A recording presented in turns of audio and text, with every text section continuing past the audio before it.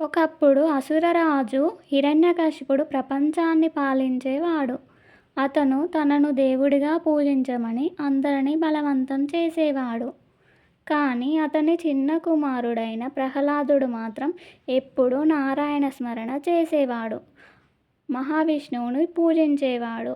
ఇది చూసిన హిరణ్యకశిపుడు కోపంతో తన చెల్లెలు హోలికను పిలిచాడు. హోలికకు అగ్నిలో కాలిపోని వరం ఉంది.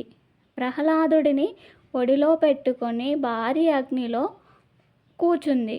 కానీ భక్తికి దేవుడు ఎప్పుడూ కాపాడతాడు. హోలిక కాలిపోయింది. ప్రహ్లాదుడు మాత్రం సురక్షితంగా బయటపడ్డాడు. అప్పటి నుంచి చెడుపై మంచికి విజయం గుర్తుగా హోలిక దహనం జరుపుకుంటారు. మరుసటి రోజు సంతోషంగా రంగులతో ఆడుకునే పండుగే హోలీ. నిజమైన భక్తికి దేవుడు ఎప్పుడూ కాపాడుతాడు. వీడియోకి లైక్ చేయండి.